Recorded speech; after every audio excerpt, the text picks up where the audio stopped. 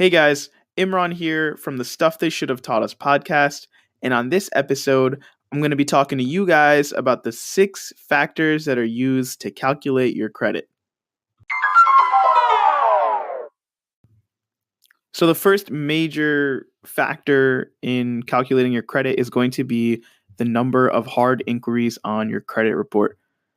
A hard inquiry is pretty much just when a company pulls your entire credit report to figure out whether or not you're a good fit for whatever service they're providing. And usually you'll get a hard inquiry on your credit report when you do things like apply for a new phone service, maybe try to get pre approved for a mortgage, open up a student loan, open up a new credit card, things like that. Car payments as well when you go to get a car loan, that'll also do a hard inquiry.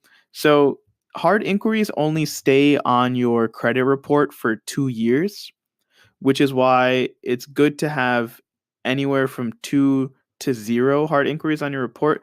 That means that you're spacing out the creation of your accounts, basically, or you're spacing out the time between when you're applying for new lines of credit. So anywhere from 2 to 0 hard inquiries on your report is really good. But this is one of the 6 factors that we're going to cover that actually has a lower impact compared to some of the other ones. So for the third of the 6 factors, this one is going to be the average credit age. Now, this one's a little bit funky to work with, but the credit age is basically how long you've had a line of credit open for, and the longer you have it, the better. So typically, if you're just starting out, if you're 18, this is going to be one of the harder ones to improve on because if you're 18, by the time you're 20, you're only going to have 2 years of credit age. Whereas someone who's 40 who opened up a card at 18 is going to have, somewhere around 22 years. So for this one, the longer the age of your credit, the better. And ideally, in order to reach a perfect score, you're probably going to want at least 9 years in your average credit age. So, for example, if your oldest card is 3 years old and your newest card is a couple weeks old, your average credit age is only going to be 18 months. So you want to make sure you're balancing that out and playing this game for the long term.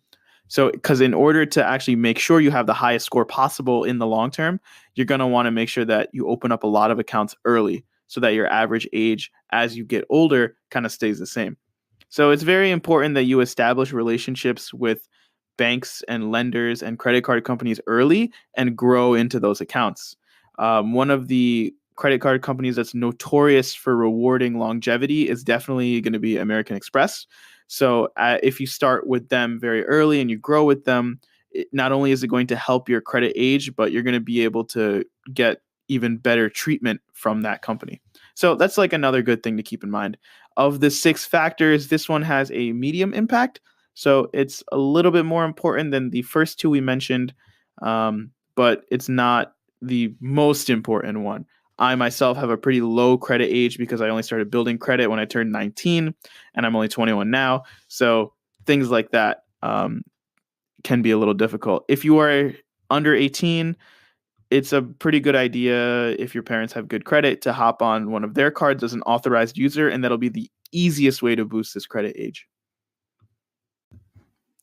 So the second main factor in what's used to calculate your overall credit score is going to be your total number of accounts. Ideally, lenders want to see that you have a variety of accounts and that you use them all responsibly. So you want to have, a utility bill, a cell phone bill, maybe a couple credit cards, a mortgage, student loan, that kind of thing. And the more accounts that you have open, the better because it shows the credit bureaus and all the people who are pulling your credit that you know how to handle lots of a lot of different types of payments and a lot of different types of lines of credit. So, in order to actually reach an 850 credit score, which we're not going to go super in depth on this episode, but in order to do that, you are going to need over 21. But if you're just starting out, a very good range to be in is at least more than 10. Now, of the 6 factors that we are going to talk about, this is one of the ones that has a little bit less of an impact, but it's still pretty important. because it's really easy to get this one right because you can always just, if your credit is in a good standing, you can always just go and open up more accounts, like more credit cards and stuff like that. So the fourth of the six credit factors we're going to cover today is going to be something called derogatory marks.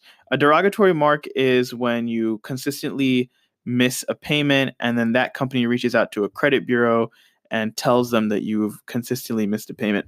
Now, these are incredibly important. This is one of the highest impact of the six. You want to make sure you have zero. I repeat, you want to make sure you have zero derogatory remarks or derogatory marks. If you have one, even one, it's kind of bad. If you have 2 to 3, it's pretty bad. And if you have more than 4, you're going to have to do some serious credit repair. The cool thing about this is you can actually miss a payment or two before it actually goes to collections and gets filed as a derogatory mark on your credit report. But you never really want to let it get to that. So the easiest way to avoid this is to make sure you're always paying your credit cards in full. And if you can't do it in full, just make sure you're paying at least the minimum payments. The good thing is, even if you do have a couple derogatory marks, you can go to cfpb.gov and actually go ahead and dispute some of these, and oftentimes they'll get taken off your credit report. But I'm going to go more in depth into that in another episode when we focus more on credit repair. So the last actual credit factor that I'm going to talk to you guys about is your payment history. This one is very easy to mess up and also has an extremely high impact. So in order to have the best possible score you can get, you're going to want to have a 100% payment history. Now, having something like a 70% payment history is actually ridiculously atrocious. Anything less than a 97% on-time payment history is actually really bad. So you want to make sure you're making zero late payments. And if you are, you want to make sure you file a report with cfpb.gov in order to get that off of your credit report, because anything less than 97% on-time payment history is going to tank your score by a lot. And I've seen it firsthand.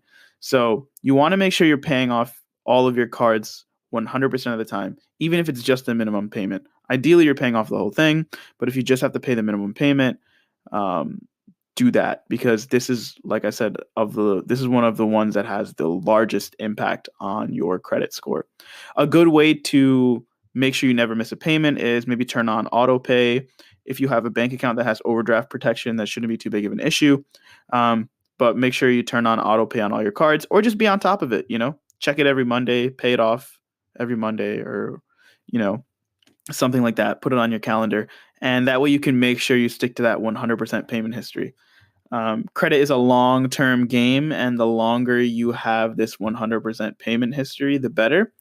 As you go on, you will be able to kind of make mistakes if you have like a backlog of on-time payments. So if you go 12 years without missing a payment and then you miss one, it's not going to have as big of an impact as if you've only had your card for 3 months and you missed a payment. So something to keep in mind.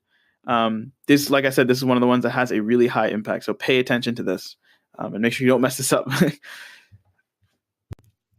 So the fifth credit factor I want to tell you guys about is going to be your credit card use or your credit card utilization. This is one of my favorite ones. It's another one of the higher impact credit factors. And this one's a little bit funky for people to kind of grasp, but once you get it, it's pretty easy to follow.